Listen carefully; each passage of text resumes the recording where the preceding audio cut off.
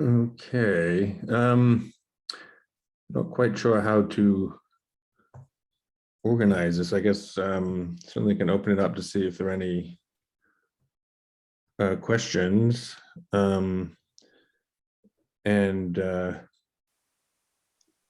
If not, we could go over the solutions to the problem set. Although it sounds like most of you guys were in the breakout room. Were you all, anybody here that wasn't in the breakout room with Yaodong? Maybe.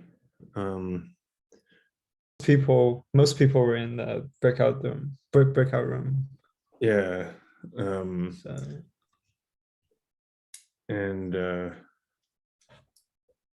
Yeah, I realized that these problems, I mean, they're taken from the quantum mechanics class method and teaching. It seems that there's some background, or I don't know, there's some context in which maybe not everyone is familiar with. So yeah. So be good to go. Yeah, I mean, these problems are pretty hard, and if you don't have that background, I mean, even if you do, they're hard, and you didn't actually have a long time to try to think about them.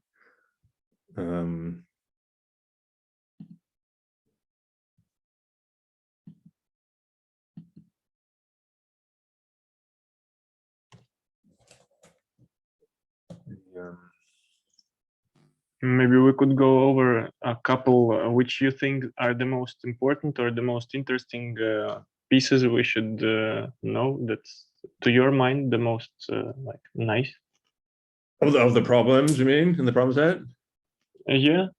Yeah, I mean, it's probably the third problem, I think, is the most relevant to, I mean, maybe I'll screen share and just get up the problem sets. Unfortunately, I don't have a iPad, so I'm not going to be able to, I mean, I can take you through the solution. Maybe at some point, if we need more, Yaodong can help and use his iPad. I don't know whether that's possible, Yaodong, but let me try without.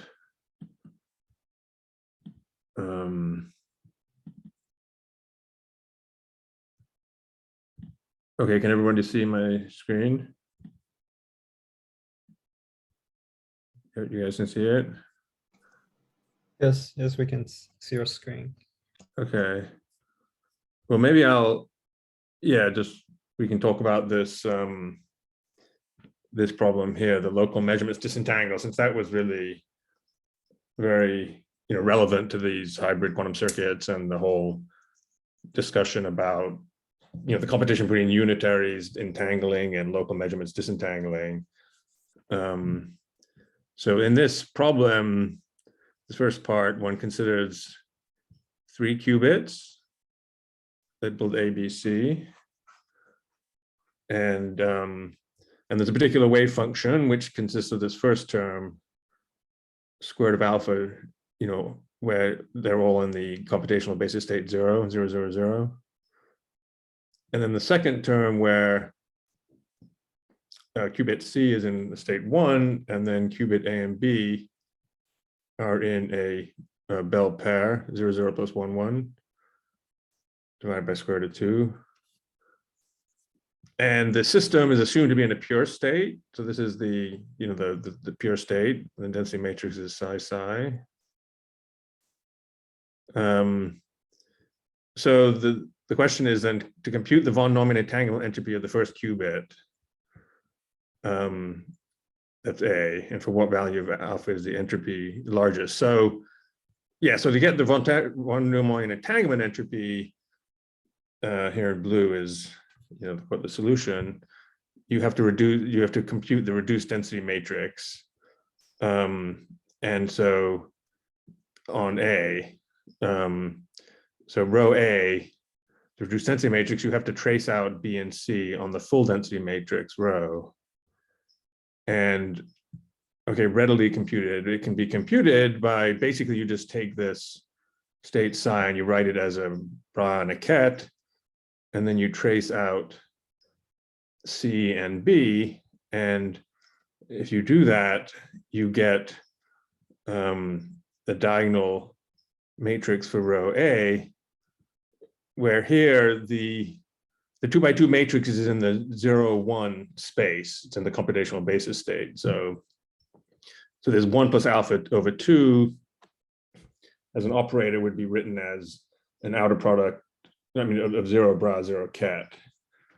Or sorry, 0 ket, 0 bra. And this 1 minus alpha over 2 would be written as 0 ket, 0 bra. And so then with this diagonal form, you have, row A is a Hermitian operator. And so it's got real eigenvalues. Alpha is real. And its trace is 1 if you add the diagonal elements. But here, to get the von Neumann entries, you're taking trace A, row A log row A.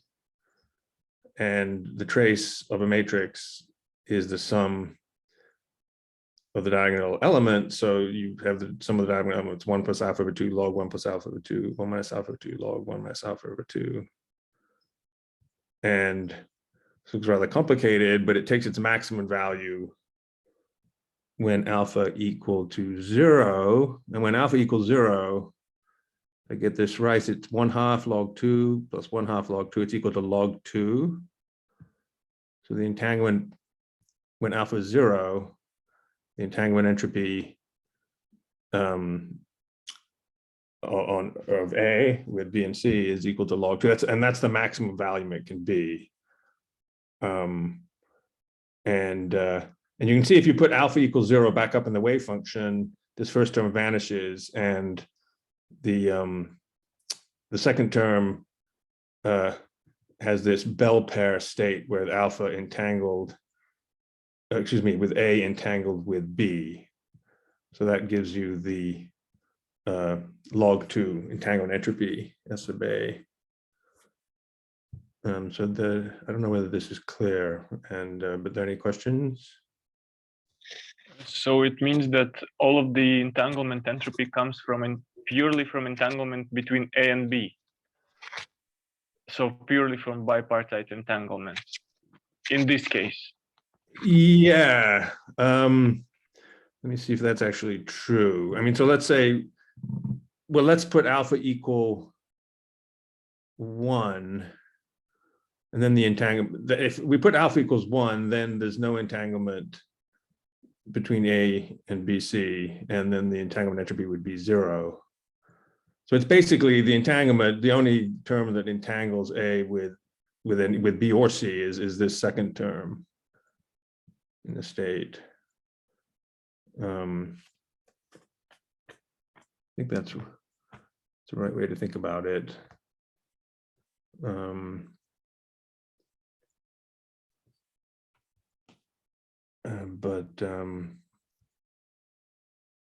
I don't know, Yaodong, is there a meaning to say that the entanglement is only coming from? I guess it's a subtle matter. Yeah.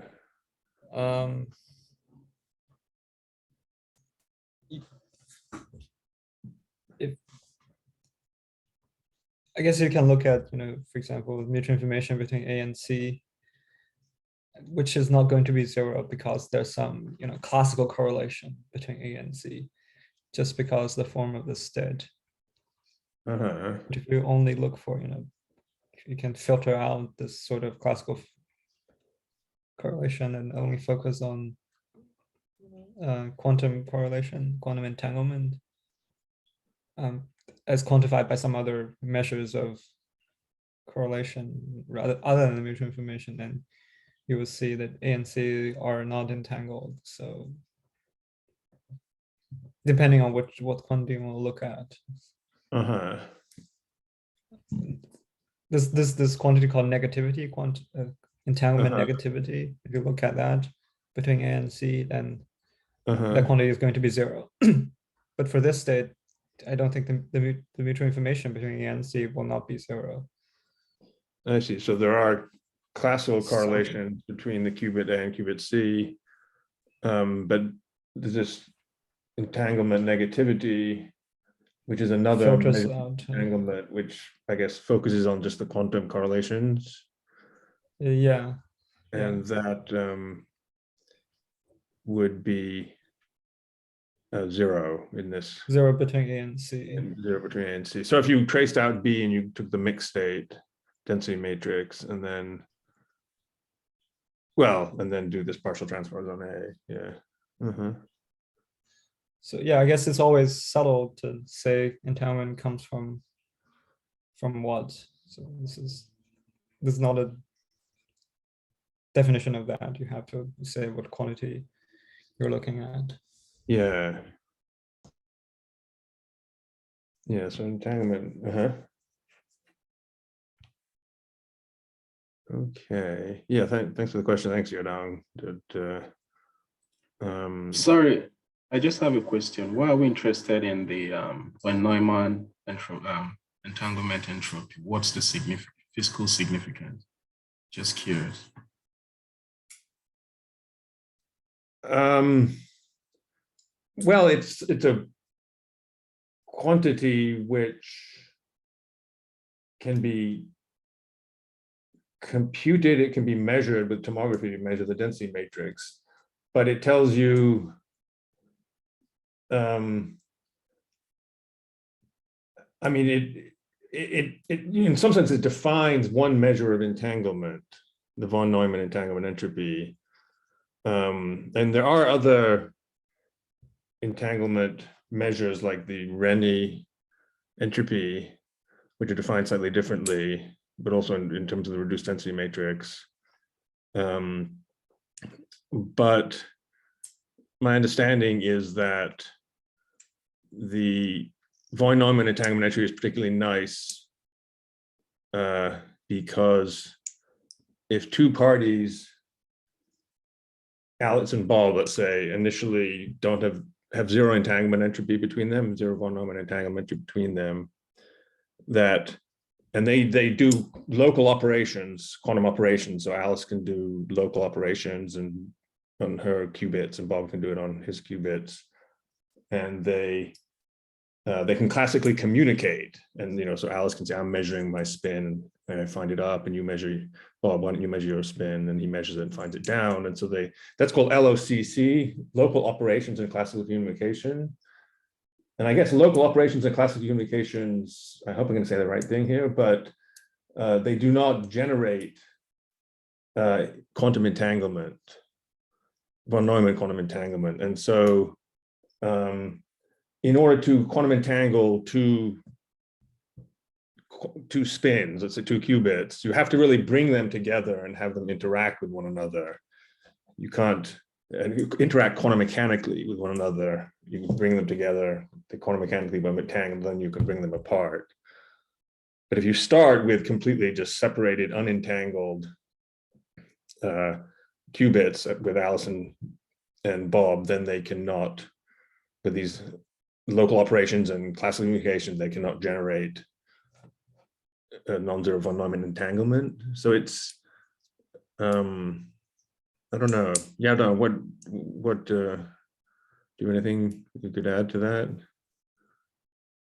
I think that's right. Yeah. So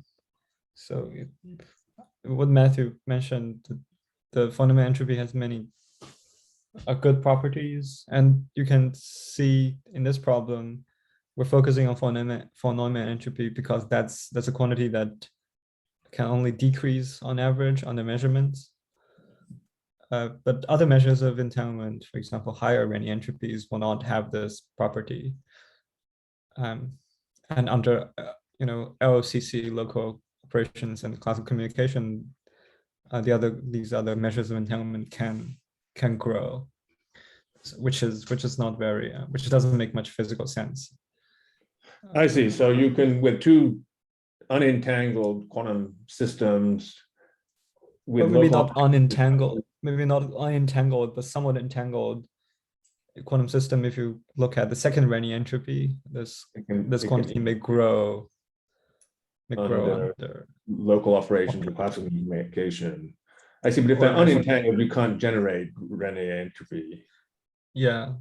With LOCC, probably. there are also like information theoretic meanings of the von Neumann entropy, which I'm forgetting. It has something to do with compression. This is like a quantum generalization of the Shannon entropy. And this is the subject of the so-called quantum Shannon theory that I'm not quite familiar with, but I did mention in the breakout room. So if you want to, there's an operational meaning of von Neumann entropy. It quantifies how well you can perform certain quantum operations or quantum tasks. If you want to look that up, you should look for quantum Shannon theory and stuff like that. Quantum Shannon what? Shannon theory, quantum Shannon theory. Quantum Shannon theory, yeah.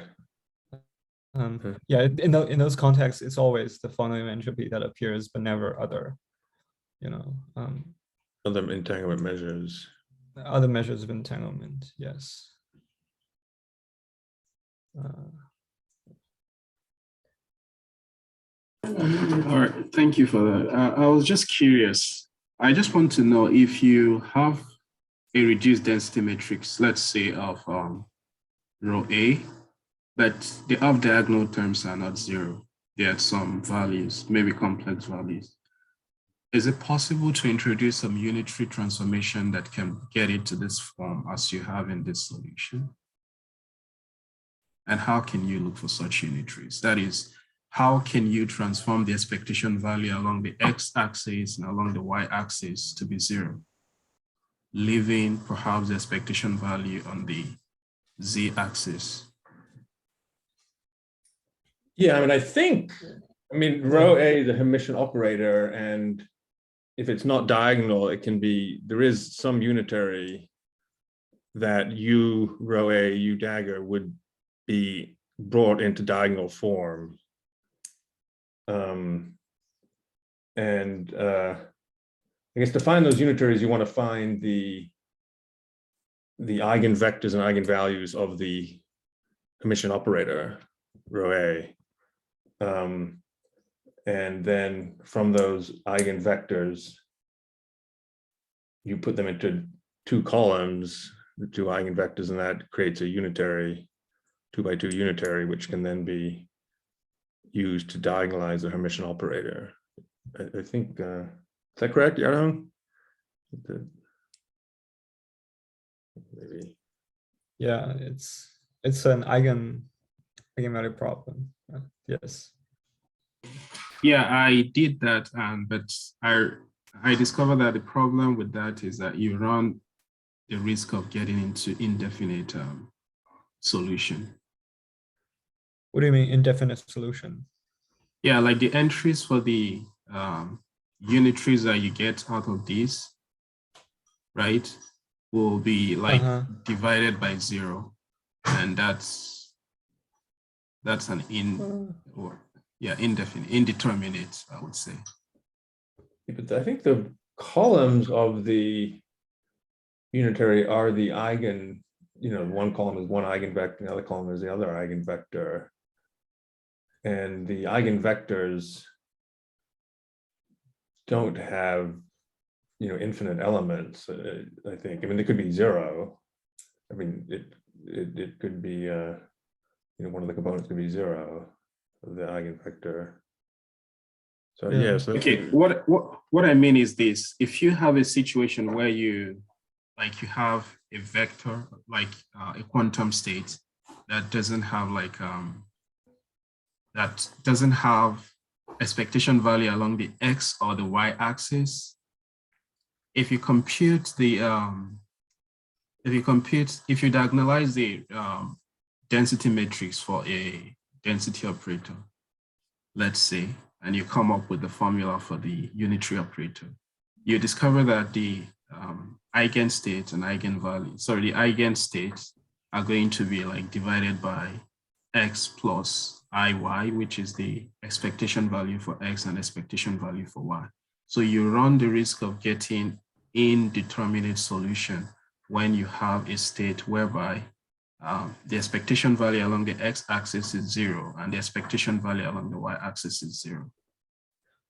So that's what I find. So I'm just curious if I don't think that happens though. If the expectation value of x and y are both 0, it means that your state is a linear combination of, you know, z plus and z minus, so up and down spins.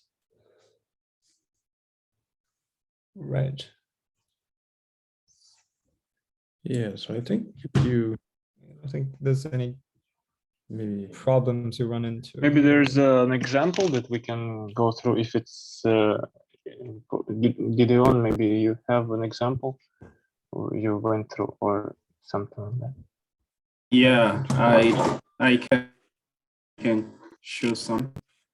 well, so I don't know whether can everybody share here or not. Or Yadong, do you want to share and use your whiteboard or Yeah, I can share something that I did before, and perhaps that would Okay. help. so multiple participants can share.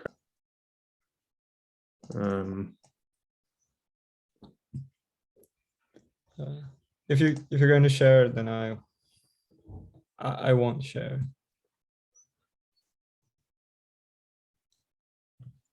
I don't know what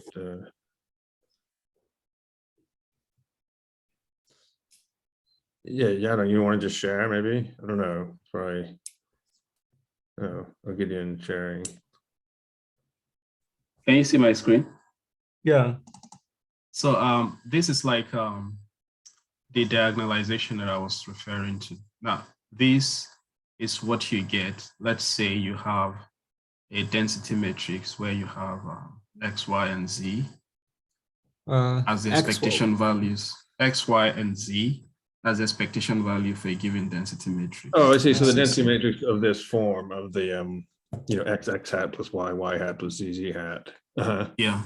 So this is the diagonalization result that you get. So for a pure state, you have this, but let's say it was a pure state and you have this diagonalization, right? Where L is this. From Mathematica, you mean? Yeah. So, and when I solved that and came up with this. So if you look at this solution here, you're going to see x yeah, I see. on the denominator. So if you have a state where x is 0 and y is 0, then you run the risk of.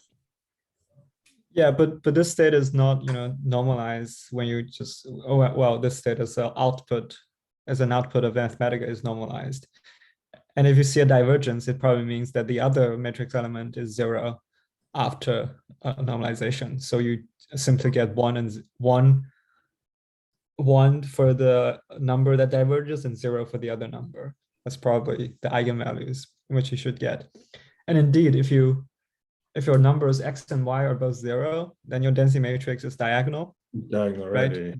The off-diagonal elements are 0. So in the eigenvectors of that matrix will have, eigenvectors 0, 1 or 1, 0, as you can check. And the unitary will be the identity because you don't need, it's already diagonal, so you don't need. Yeah. So if you go back to the previous slide that where you were pointing out there might be a divergence, that when x and y are 0, it just means that this matrix element becomes infinite. But this vector is not normalized. You shouldn't take it just at face value. After normalization, this quantity, the second element 1 will be divided by the norm of this vector, which is infinite. So the second element will simply become 0, and the first element will be non-zero, for example. So I'm saying that this is just some numerical, artifact of Mathematica. It doesn't really know that you can take x and y to be 0. Yeah, and I guess for the 2x2 one, an all fart like me, I mean, you can probably, try to get the characteristic equation and take the determinant, and set it equal to 0. Get the, you'd have a quadratic equation to solve for the eigenvalues, and then solve for the eigenvectors. but definitely when X and Y Yeah. are 0, the density matrix is diagonal already. It just Yeah. involves Z and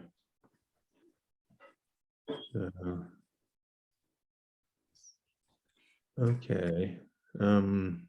That helpful? Thank you. Yeah. Okay, maybe you can, if you stop screen sharing. And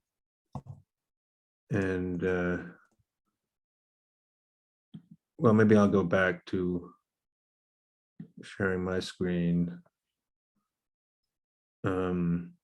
Just look at the second part of this problem, which is consider measuring the Z component of the third qubit.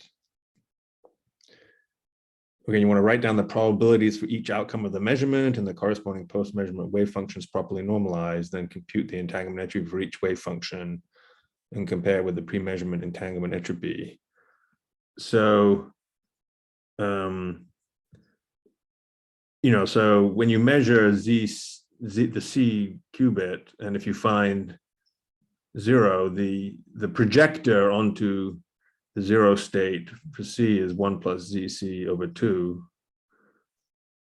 And so the Born probability for finding this measurement outcome, for finding 0 for C, is psi P0 psi, which if you just compute it with psi is equal to alpha.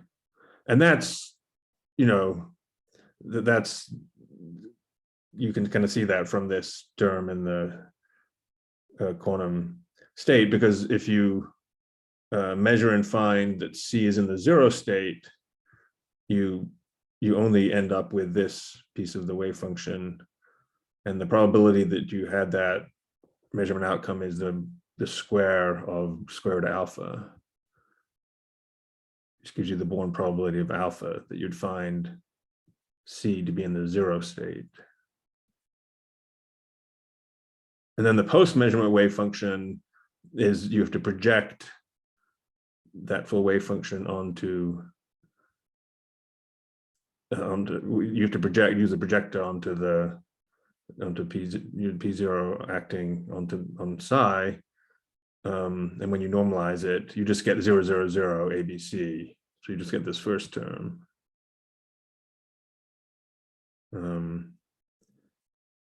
And now, so you basically, you measure the C qubit, you found it in the 0 state with this probability alpha. And after measuring it, it's in this 0, 0, 0 quantum state.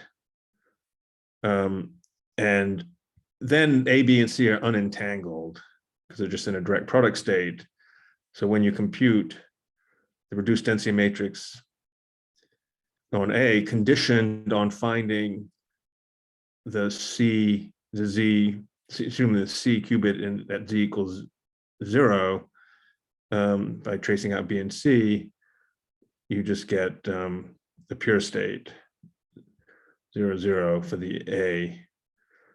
And it's a pure state so that the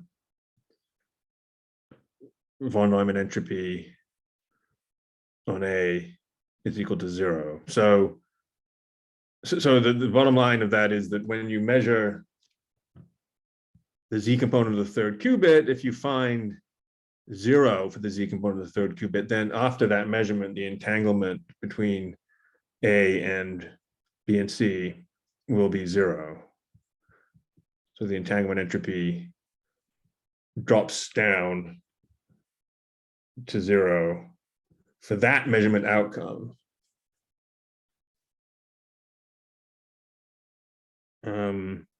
But what's interesting about this particular problem, which I think Yadno you made up actually, or maybe you got it from somewhere, I don't know. It's very nice.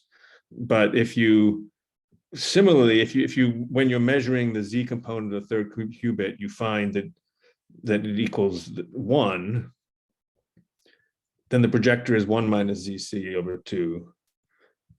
So the Born probability is basically the square of square root of 1 minus alpha. So the Born probability for finding that second piece of the wave function with ZC equals 1 the probability is 1 minus alpha. Okay, that's fine. And the post-measurement wave function, when you act with this projector, is just the second term in the full wave function, but appropriately normalized.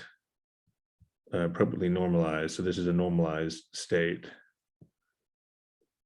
And it's just a bell pair state between A and B and product on C. And so if you compute the corresponding reduced density matrix on A,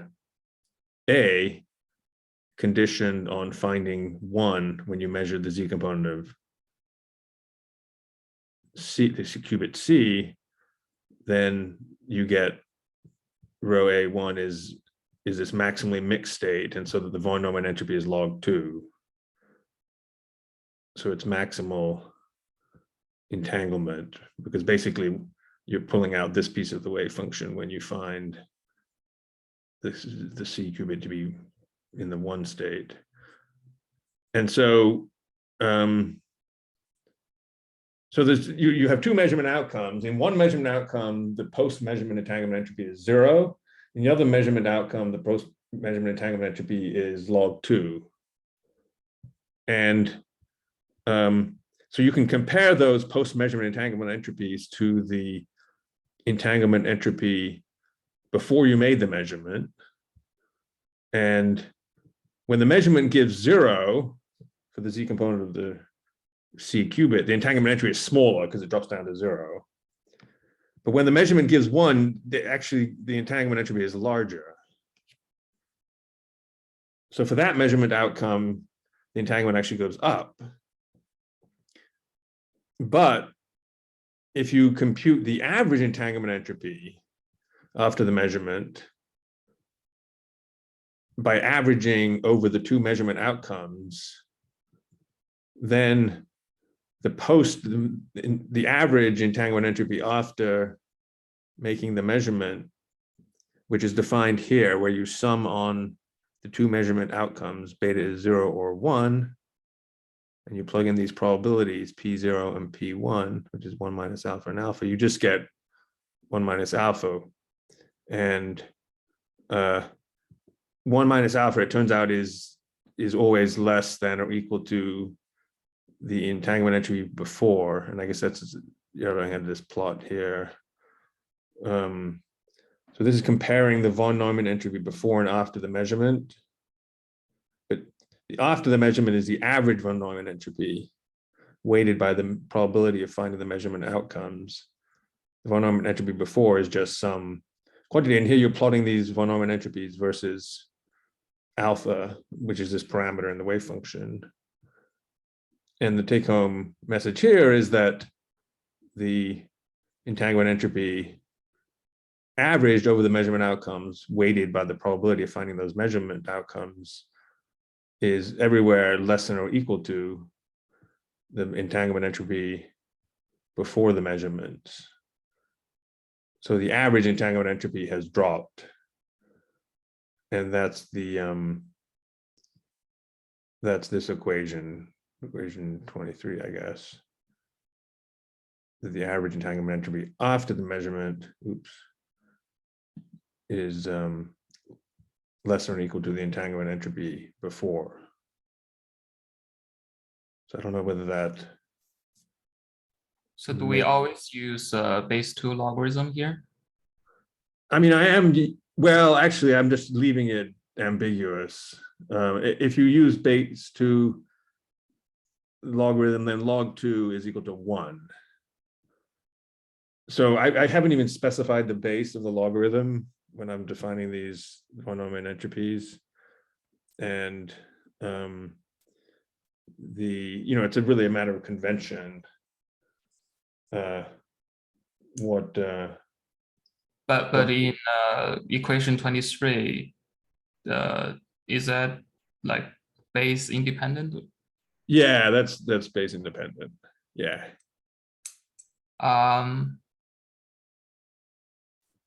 The inequality is space independent, but I guess 1 minus alpha. Yeah. Is that you have log to 2 based, I think. Yeah. Yeah, that's what I'm getting. And also in the figure, I guess, when I plotted the figure, it was Oh, it is. I'm so divided sorry. everything by log 2. So Oh, so I'm sorry. Thank you. Yeah, you're right, because this would be 1 minus alpha log 2, because probability with 1 minus alpha and general entry log 2. So I guess implicit here is the logarithm in base 2. So if you put the log 2 back in and have it arbitrary base, there would be the log 2, and then you'd have to take the same, base for the logarithm in the entanglement entry before measurement. But I guess, yeah, so here you're choosing log base 2. Yeah, that's what you're choosing, right? And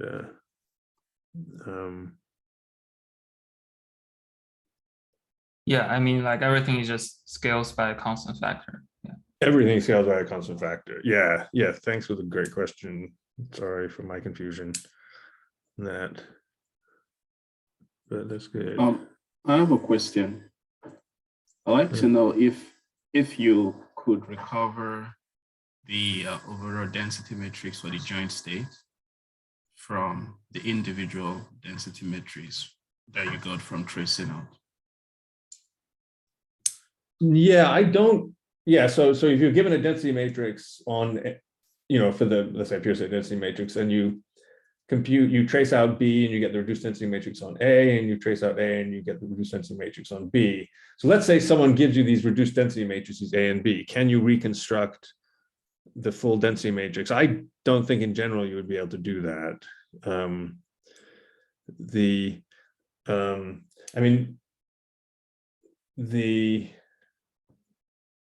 Because when you trace out B, for example, you're throwing away information. And so the reduced density matrices don't have the full information of the full density matrix.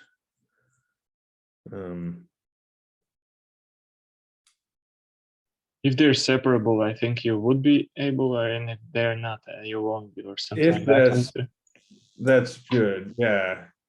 If they're separable. So if rho, the density matrix is rho A direct product rho B, which is separable.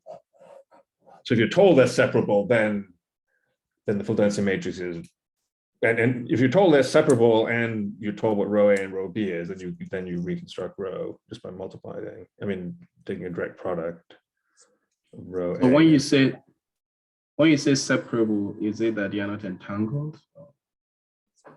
Yeah, if they're separable, there's no entanglement.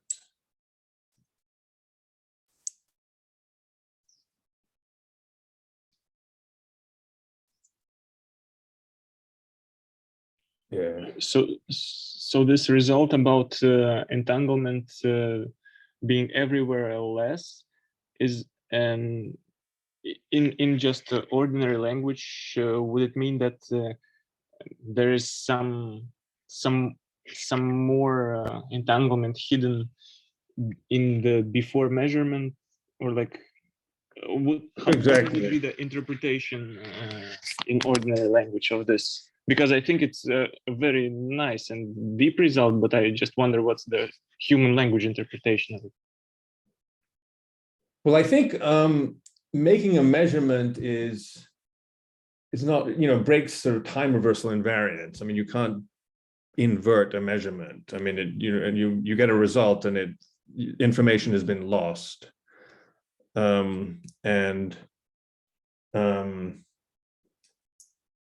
So under a unitary evolution, the entanglement, well, no, if unitary that couples A and B together, then the entanglement changes. But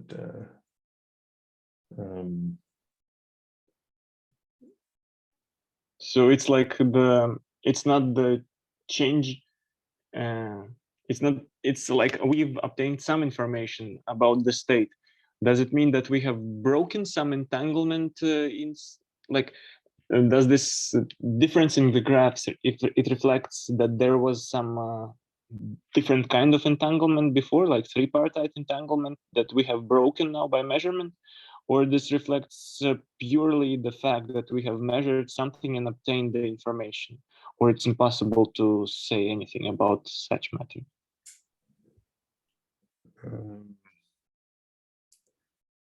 Yeah, I think you made the measurement, you obtained information. So you have more information and the entanglement is lower. I mean, the entanglement entropy is lower on average. I mean, the simplest, example, really much simpler than this one is, although somewhat simpler than this one is just when you have Alice and Bob sharing a Bell pair, and then with the pure density matrix, their entanglement entropy SA and SB are both log 2, and then if Alice measures her spin and finds it up, Bob's spin will be up. They'll be, the wave function will have collapsed, and both spins will be up, and then there's no entanglement at all left. So making that measurement has, in that case, when you just have Alice and Bob sharing a Bell pair, making the measurement is completely disentangles the prior entanglement that you had before the measurement was made. And I guess, I think, Yao, you use this statement that what's trading in, you're losing quantum entanglement, but you're getting classical information out. I mean, that's sort of, and you have classical correlations, sorry, which are present after the measurement.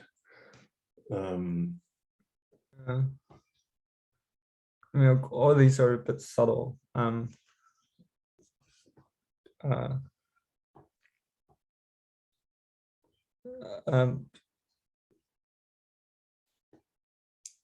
The average entanglement entropy after the measurement is equal to the entropy of A after a certain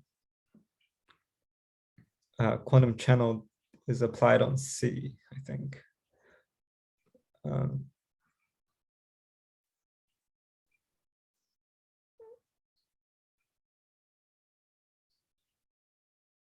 But that is the and the fact that this decreases is also also a manifestation of the fact that Von-Neumann entropy is an entanglement monotone, meaning that it cannot grow under local operations and classical communication. And making a measurement locally is a local operation. Yes. Right. And you can ask, well, as I guess I answered one of the questions during lecture, that the reduction of the entanglement is, in this case, is lower bounded. So here you're measuring C and you're looking at the entropy of A, and the reduction of this entropy, meaning S before minus S after, is smaller or equal to, is always smaller or equal to the mutual information between A and C. And the fact that this quantity must be non-negative also implies that the mutual information is also non-negative, and that's a property of von Neumann entropy. I don't know. All these are very mathematical to me, and you really only can say this for von Neumann, for the von Neumann entropy. So do we have an intuition, like a physical or human term intuition of why von Neumann entropy is so different from many entropies? I don't think so. Okay, thank you. So I guess at some point you just accept this is just some mathematics. You have to, maybe. Yeah, I find, for me personally, I've really, it's only been the last 3 or 4 years I've been learning, trying to learn quantum information theory, having bright young people helping me out. And, it is pretty mathematical and abstract. And so, but, trying to get a physical intuition in human terms is really important, but it's not easy. And that's, someone has to, in some sense, try to master the mathematics and then just derive enough results that you you get an intuition just based on what the math tells you. But so it's not really, it's sort of an algebraic intuition. It's not very geometrical. Yeah, these are all just properties of linear algebra, I guess, but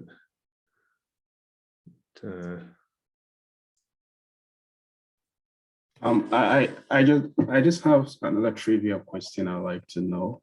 I just want to understand if all the methods in measurement, let's say you have a 2-qubit system. You want to measure the first qubit in the Z basis, and you want to measure the second qubit perhaps in the X basis. And does it matter which one you measure first? Will you still get the same result in the end of at the end of the measurement? yeah, the distribution of measurement results are the same. It doesn't matter which one you measure first. I know it seems like it should in a way, but it doesn't. If you're making measurements of different so qubits, if the systems are entangled, how about that? Let's say you have an entangled system, and yeah, even if they're entangled, as long as the operators you measure commute with one another, it shouldn't matter The the order order in which you measure them. and the two operators, the projection operators, which act on qubit 1 and qubit 2, I guess. Yeah. Does that make sense?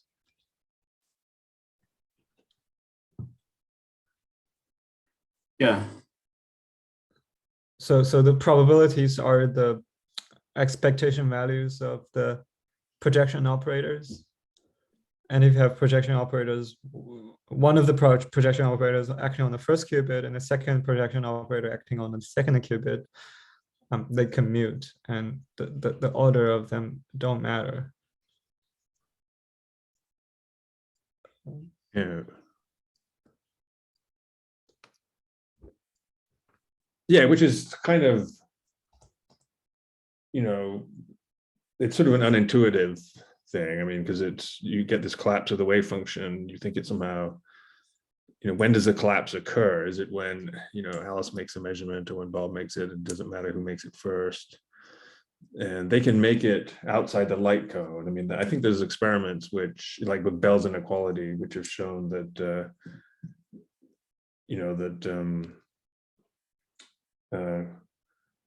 local realism, the local hidden variable theory, is violated, which is Bell's inequality, even if the Alice and Bob are making measurements. It's essentially exactly the same time, so that they wouldn't even in principle have time to send a light beam from one to the other after making the measurement before the other one makes a measurement.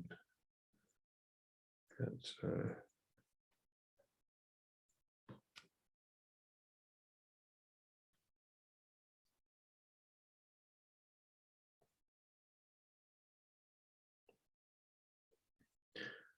yeah, and so the final part of the question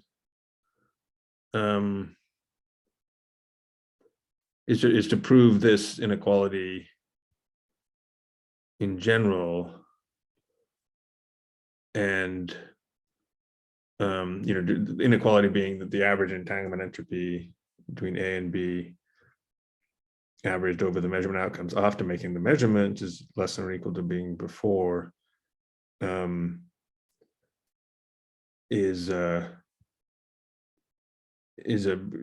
uses this inequality. And I guess this inequality is a property of, I mean, classically it'd just be a property of the function rho log rho, I guess, right? That Right, like the Jensen, that the function is, yeah.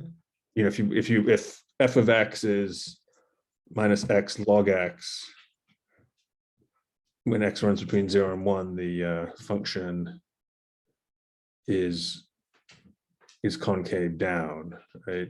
It's negative concavity, is that what it's called? So this is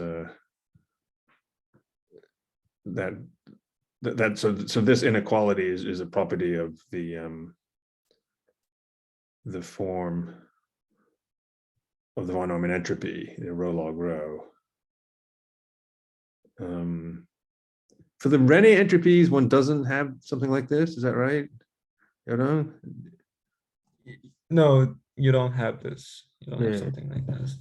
Yeah, so it's because you don't. It's a special function. It's a feature of the function x log x. And so, so then to prove this inequality in general,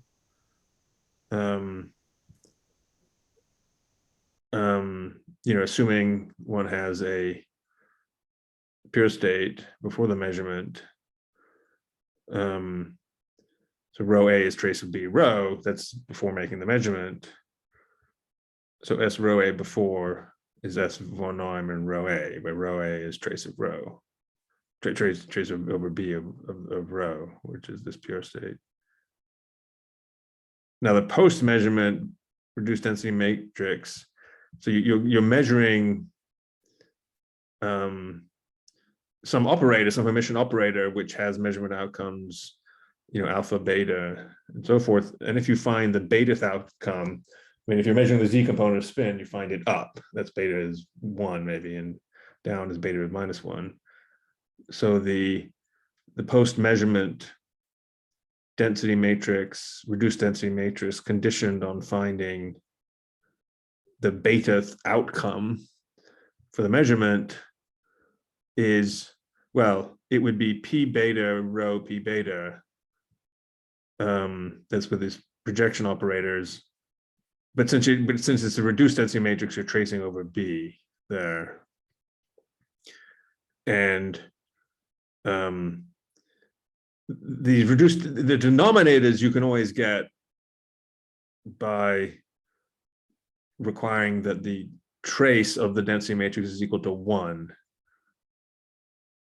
So the denominator is not a operator because you're doing a full trace. The numerator is the operator because you're doing a partial trace. But if you do a trace over rho A beta, if you trace A on the numerator, it becomes equal to the denominator, right? So the trace of rho A beta is equal to 1, as it should be. And P beta is the Born probability for finding outcome beta. And then there's just a bunch of steps using this concavity of the von Neumann entropy that the average von Neumann entropy after the measurement,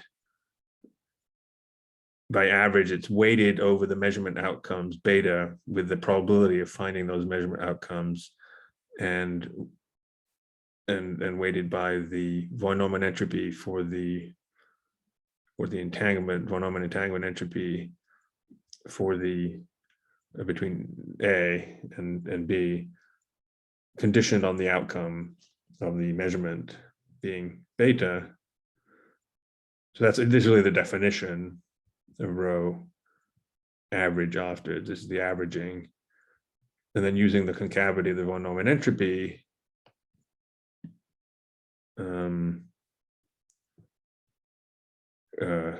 this equation 32 becomes equation 33.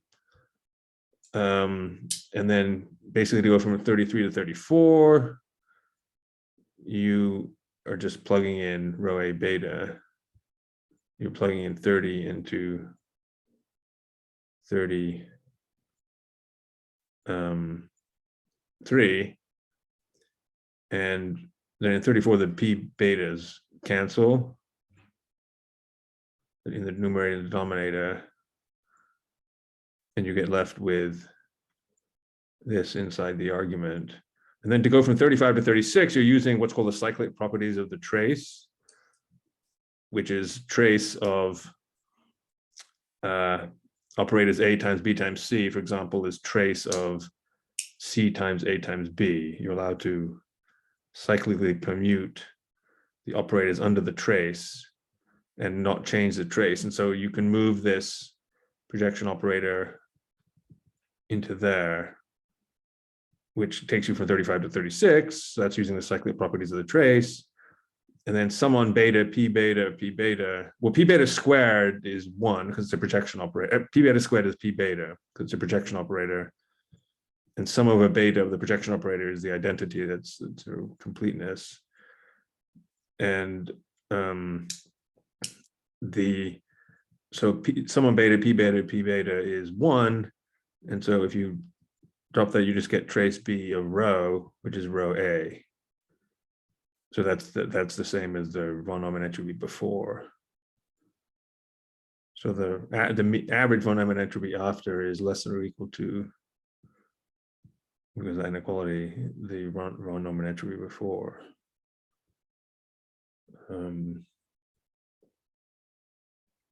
But maybe I can post these solutions too. I don't know that Richard is there, whether that's possible, but yes, we can post the solutions. we can post the solutions too. Yeah.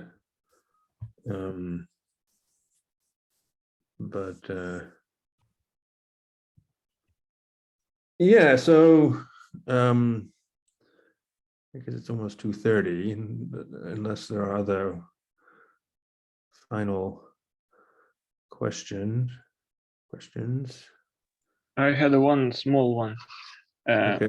The computation using those Clifford unitaries, because those Clifford unitaries, they kind of restrict the Hilbert space into which you can get. Doesn't it make the computation non-universal, or it is still universal computation?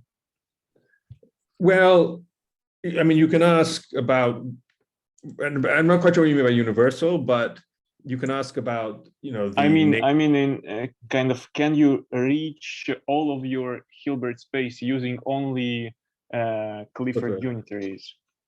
No. Yeah, it's quite restricted. I see in that sense. So a quantum computer that uses Clifford unitaries, can it do an arbitrary unitary piecing together Clifford unitaries? And the answer is no. It's pretty restrictive. And so, and the fact that, when one says what gate set leads to a universal quantum computation, which means what gate set can be used to implement an arbitrary unitary. The Clifford cannot, so it's not, a Clifford quantum computer would not be a universal quantum computer. And, in fact, indeed, because you can simulate the Clifford circuits classically, it's maybe a good thing, because the Clifford quantum computer would be, it's not universal, but it's also, no quicker. Yeah, you're not really gaining anything by doing a Clifford computation on the quantum computer, at least as far as the speed of the computation is concerned, and which computation you can do.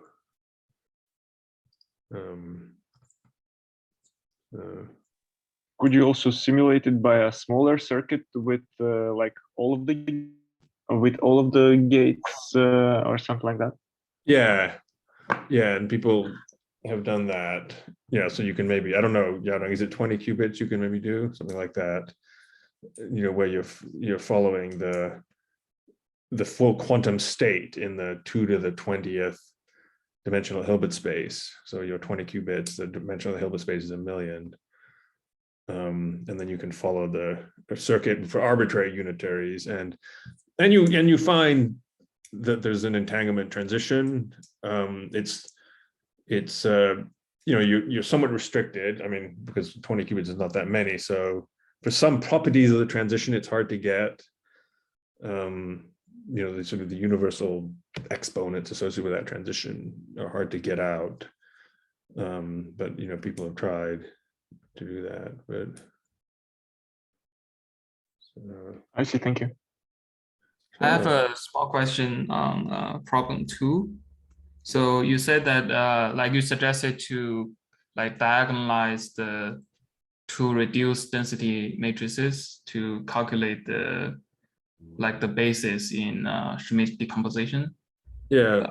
But actually, can we just like diagonalize one of them and then just go back to the state and sort of just combine the common factors? I think you need to diagonalize both, because in the Schmidt decomposition, it involves the eigenvectors of both row A and row B. I think that's, yeah, I can just quickly share the screen again. Let me see.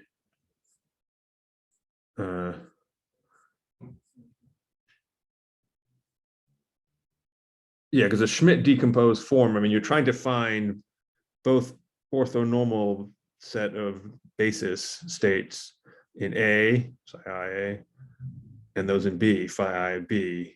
And you need both of those. I mean, each one's a Schmidt state in A and B. And to get the Schmidt decomposition, you need both. And if you look at the form of row A as an outer product here, psi A is an eigenvector of row A, and I mean psi I is an eigenvector of row A, and phi I is an eigenvector of row B. So you need to really, I think, get both row A and row B, and then find their eigenvectors, which are psi I and phi respectively, and then.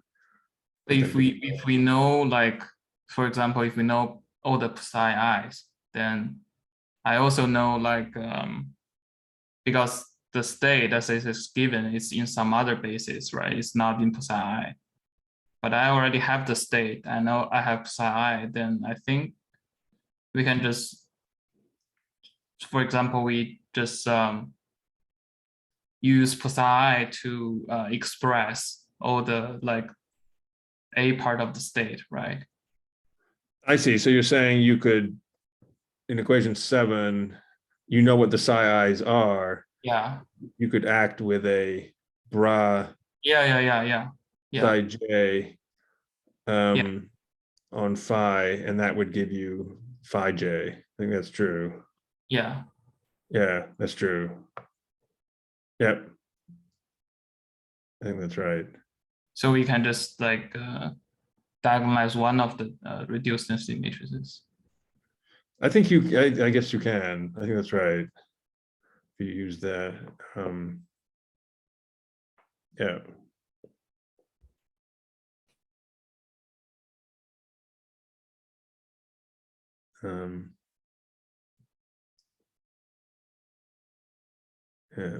Yeah, let me stop sharing. So Oh, hi, Matthew and Eldon. hey, So Vincent, how you doing? Hey, what's up? Yeah, it's been a while, but I have a question on the quantum error correction code. So I was wondering, why do we prefer like a measurement-based quantum error correction? Because from what I learned in, like, say you want to fix a bit flip, then I think it's kind of easy to do it with some Toffoli gate, like multi-controlled gate. So you don't have to actually measure like the detection part in order to fix them. So, and also I'm just curious about, like, why do we want to control the entropy while the circuit is, like, running? Like, we do multiple measurements between them, but instead we can just run the whole circuit and then measure it at last. I was just wondering, like, why this kind of hybrid circuit is our preference. Yeah, I mean, I don't think the hybrid circuits are that helpful in constructing quantum error correcting codes. Okay. They can be used to encode information in this finite entropy subspace, but I mean, quantum error correcting code, you want to have, allow errors for one thing, and then be able to decode to recover the initial information, and that's going to be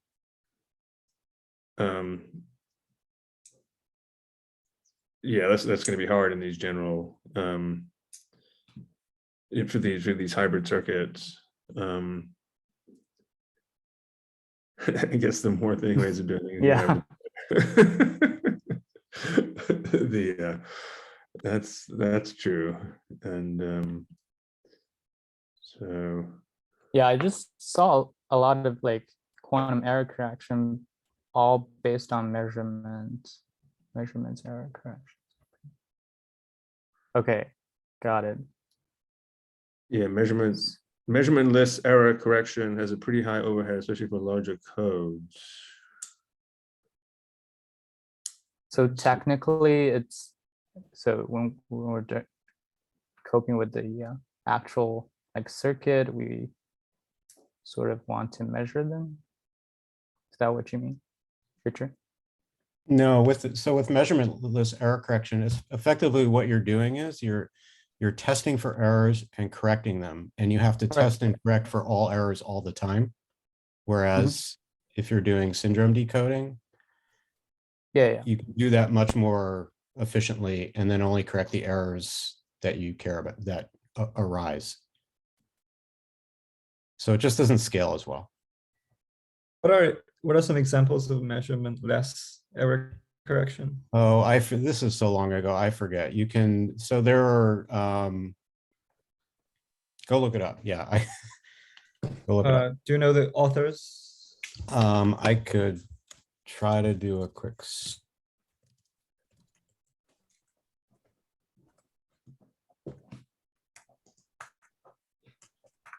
This would be a good question for the speaker tomorrow too.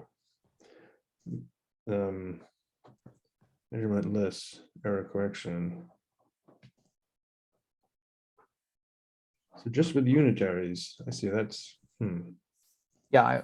So if you want to just like say, I have an example. If you want to flip, if you want just correct bit flip, then you basically apply some C-naughts and then detect this flip. And then you use a multi-control, like control and anti-control circuit to, maybe I can share my circuit. I see. Yeah, so for example, this is like a bit flip correcting code. So right here, I don't see a necessity of measure these two qubits to see the syndrome, right? Because all you can do is accordingly, we have like an input chart and we have an output chart, which is flip qubit 1 or 2 or 3. You can simply do a multi-controlled gate on them. Like we want to just apply 4 multi-controlled gate on them, and then we can correct this part pretty easily. There's no apparently that in that case, if we don't do the measurement, the entropy will, well, there's qubits. You're measuring qubits 4 and 5. Right. That's just performing. It's just you're just performing 2 qubit measurements by introducing ancilla and performing measurements on the ancilla. Yeah, exactly. It's not necessarily measurement less. It's just you still have measurements, right? Measurement delayed or something, maybe.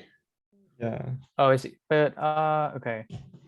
It turns out all you did was there's some very recent work, which maybe this is being revised. Okay. Which thanks. This is in the chat, the measurement-free ultrafast quantum error correction by using multi-control gates in high-dimensional state space. Huh. Interesting. Yeah. Yeah, okay, well, yeah, that's something probably on my mind. Yeah. That's people are revisiting this. Yeah, I just thought like there is a probability of doing things with multi-controlled gates without doing measurement by, I guess. It will be less interesting in the entropy kind of aspect. Will it be? So I'm still kind of confused. Like, what if I measure and not record it? Then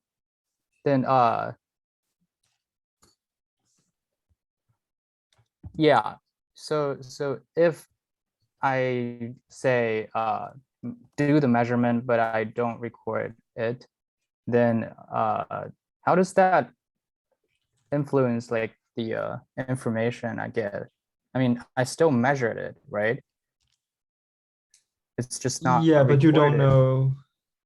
Well, if you don't record, you don't know whether an error has occurred, right? Or it's just Yeah, until you write Okay. it down.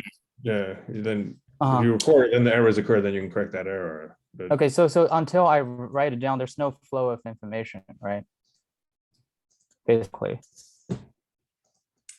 But isn't the entanglement still like if you measured it, there's still some influence to the entanglement, and then it somehow, I don't know, it's already the von Neumann entropy is already changed, right? Say like when we do problem 3, and then we measure say qubit C, but we don't record it. Like we don't know if it's in 0 state or in 1 state, but still it finalized to either a Bell state or just the 0, 0 state. yeah. But the information is out there. It's in the environment. It has decohered, so it's like the information is released to the world. Maybe doesn't matter in what form, in form me watching it or the environment monitoring. Yeah, or you can say without recording the measurement, there's no way you can verify or try to measure the entanglement in the post-measurement state. So it doesn't really make sense to talk about this quantity at all. With the measurement record, you can try to do this whole process twice, another time, and do it many times. If you post-select on the measurement records, you will have the same state twice or many times, and you can try to do tomography on that state and get the density matrix of that state. Okay, is that the reason? Is that the reason why you say like measure it and not record it is similar to a noise? So it's just it just turns into crap basically. Yeah, sort of. But okay, yeah, if you do not record it, then you have no access to these pure states after the measurement. Yeah, to it these really individual doesn't make sense. You can't. Yeah. Yeah. So there's no way for you to calculate or measure the entanglement entropy in any way. It doesn't make sense to talk about that really. Got it. I think also yesterday Ivan pointed out that difference between measuring and just leaving it to the environment was that you cannot, if you leave to the environment, you cannot follow the trajectories. And if you have the recorded states of measurement outcomes, you can follow the trajectories of your states. Yeah. Yeah. That's right. All right, thanks. Okay, well, maybe I will take this opportunity to close the Thursday session and thank 2 people here in particular. Yaodong, thank you so much for moderating so effectively, answering all the questions that I couldn't answer, which were quite many, and it was fun. Also taking the breakout rooms. And Richard, thank you for organizing the school, and it's been quite enjoyable, and hopefully the students are learning some things too. So I don't know if Richard's still there, but thank you very much. Do you want to upload the slides? Some people requested it. Yeah, I'll have to figure out how to do that. Richard, how do I upload the slides? I mean, so I think the easiest way to do this is, so the event site Haley has control over. So I think if you just send a PDF or a PowerPoint of the slides and your solution set, she'll link to them. Maybe not till tomorrow, but she'll link to them. Yeah, so this is, so Haley, I could forward it to her if you would prefer, if that's easier. But you should, so Haley Milch, Haley at underline. Oh, okay, good. Sorry. Yeah. So she's at underline. Yeah, okay, I so have her. she's the one that can do that most easily. Yeah, so I will email her Dropbox link to my PowerPoint slides because it's kind of a big file probably, and then the problem set solution, the problem set solutions. I'll ask her to post those. Yeah, And, she posted Ivan's this morning. He Oh, sent okay. the solution Yeah. set. Okay. All right. Yeah, so I'll do that. So thank you, everybody, and Thank you. hopefully, Bye-bye. Thank you. Goodbye. Thank you. take care. Bye now. Take care, everyone. Bye.